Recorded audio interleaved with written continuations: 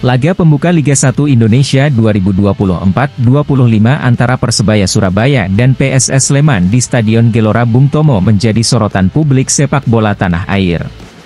Pertandingan yang berlangsung pada 11 Agustus 2024 tersebut berakhir dengan kemenangan tipis 1-0 untuk Persebaya.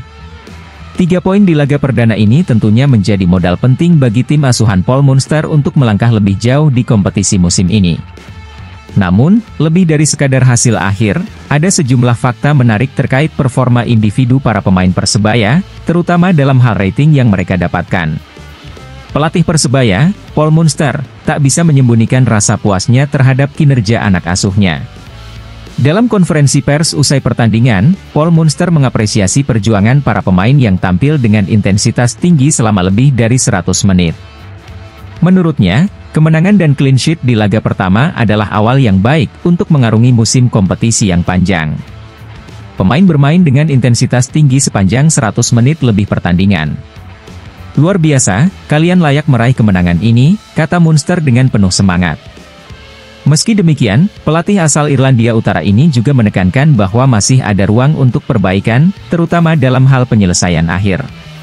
Di babak pertama, meski menguasai jalannya pertandingan, Persebaya gagal mencetak gol dan harus menunggu hingga menit ke-82 untuk memastikan kemenangan lewat tendangan penalti Bruno Moreira. Penampilan Bruno Moreira pada laga ini memang pantas diacungi jempol. Dengan rating 7,7, gelandang asal Brasil tersebut menjadi pemain dengan nilai tertinggi di antara seluruh pemain Persebaya. Bruno Moreira menunjukkan performa yang luar biasa sepanjang pertandingan, tidak hanya dalam hal eksekusi penalti yang menentukan kemenangan, tetapi juga kontribusinya dalam mengatur serangan dan mengontrol tempo permainan. Ia terus memberikan tekanan kepada pertahanan PSS Sleman dan menjadi ancaman nyata di lini depan. Meski begitu, tak hanya Bruno Moreira yang tampil gemilang. Mohamed Rashid dan Gilson Costa, dua pilar di lini tengah Persebaya, juga mendapatkan rating tinggi, yakni 7,6. Kedua pemain ini sukses menjadi motor serangan Persebaya dan memberikan keseimbangan antara bertahan dan menyerang. Rashid, dengan visinya yang tajam, mampu mendistribusikan bola dengan baik dan seringkali menjadi penghubung antara lini belakang dan depan. Sementara itu, Gilson Costa menunjukkan ketenangan dan kecerdikan dalam membaca permainan, membuatnya menjadi pemain kunci dalam strategi Munster. Di sisi pertahanan, Arif Catur dan Ardi Idrus juga tampil solid dengan masing-masing memperoleh rating 7,5 dan 7,3. Arif Catur, yang bermain di bek kanan, mampu menjaga lini pertahanan dengan baik, sementara Ardi Idrus yang bermain di bek kiri, beberapa kali melakukan intercept penting untuk menghentikan serangan balik PSS Sleman. Kedua pemain ini juga tak segan untuk membantu serangan, memberikan opsi tambahan di sayap dan membuat pertahanan lawan kerepotan. Namun, di balik pujian untuk pemain-pemain tersebut, ada juga beberapa pemain yang perlu meningkatkan performa mereka. Dua bek tengah Persebaya, Kadek Raditya dan Slavko Damjanovic, hanya mendapatkan rating 6,9, nilai terendah di antara pemain Persebaya yang tampil sebagai starter. Meski tak melakukan kesalahan fatal, keduanya diharapkan bisa lebih konsisten dan meningkatkan kontribusi mereka, terutama dalam situasi bola mati yang bisa menjadi senjata bagi Persebaya di pertandingan-pertandingan berikutnya. Selain itu, Flavio Silva, penyerang asing yang diharapkan menjadi ujung tombak Persebaya, juga hanya mendapatkan rating 6,9. Silva belum menunjukkan performa maksimalnya di laga ini, meski terus berusaha untuk membuka ruang dan menciptakan peluang. Paul Munster tentu berharap Silva dapat segera beradaptasi dengan pola permainan tim dan memberikan kontribusi lebih besar di laga-laga mendatang. Sementara itu, Kasim Botan yang masuk sebagai pemain pengganti, tampil cukup impresif dan mendapatkan rating 7,5. Pemain muda ini mampu memanfaatkan kesempatan yang diberikan dan memberikan dampak positif dengan pergerakan lincahnya di sayap kanan.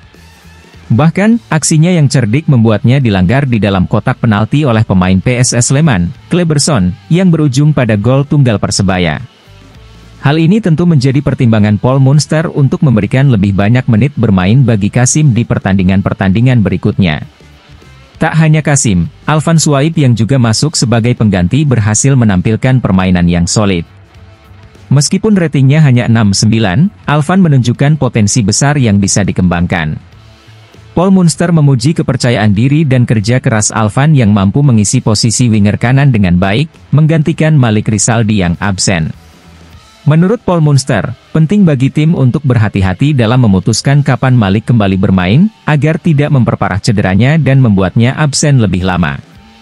Dengan adanya Kasim dan Alvan, Paul Munster percaya bahwa lini serang Persebaya di sayap kanan tetap terjaga dengan baik.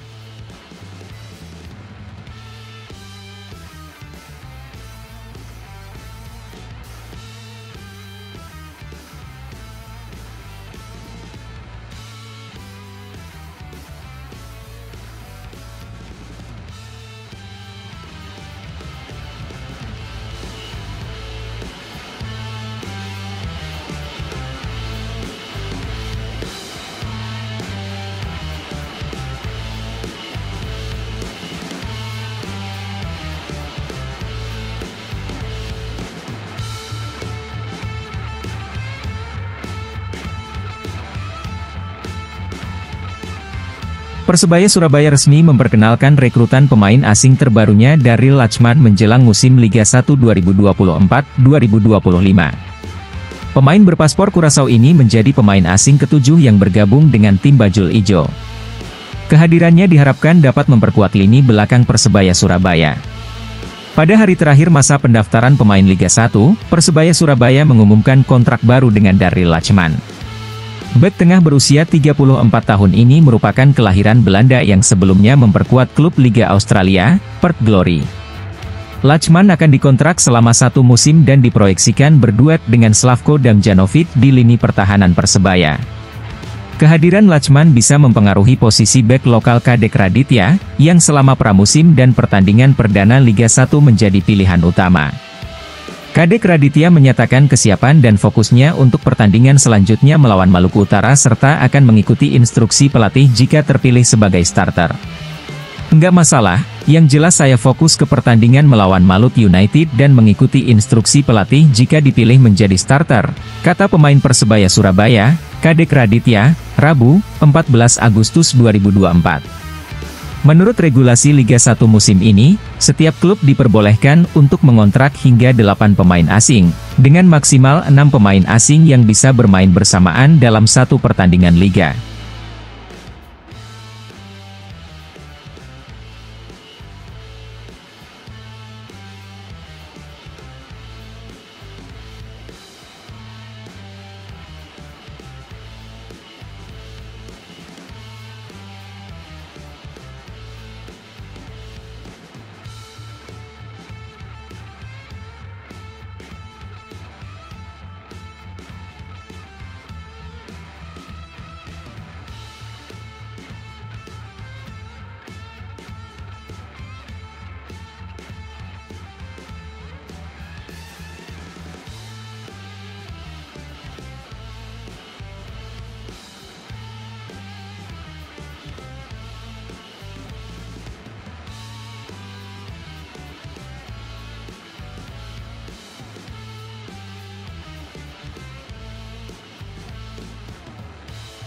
Persebaya Surabaya resmi merilis jersey home dan away musim 2024-2025.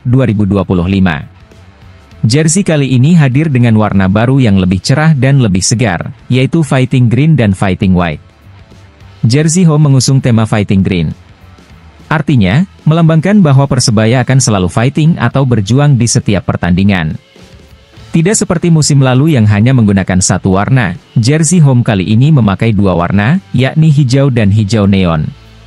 Hijau neon berada di bagian lengan kanan. Warna hijau neon berfungsi sebagai elemen keselamatan saat berolahraga dan berkendara. Berada di sebelah kanan, karena lengan kanan merupakan bagian penting saat lari dan berkendara menggunakan motor. Dalam jersey home tersebut terdapat pula pola Land of Fighter, yaitu tanah para pejuang yang disimbolkan melalui topografi kota pahlawan. Jersey away didominasi warna putih. Jersey away ini diusung dengan tema Fighting White. Warna putih kembali digunakan pada jersey away musim ini setelah 2 musim sebelumnya menggunakan warna silver. Sementara jersey kiper home dominan warna merah jambu. Adapun untuk jersey kiper away dominan warna hitam. Musim ini, jersey Persebaya menggunakan 3 teknologi, Quick Dry, Light and Soft Fabric. dan antibakterial. Sebelumnya, Persebaya juga telah memperkenalkan jersey alternate atau ketiga yang dominan warna merah. Semua jersey Persebaya musim 2024-2025 dibanderol dengan harga Rp597.000.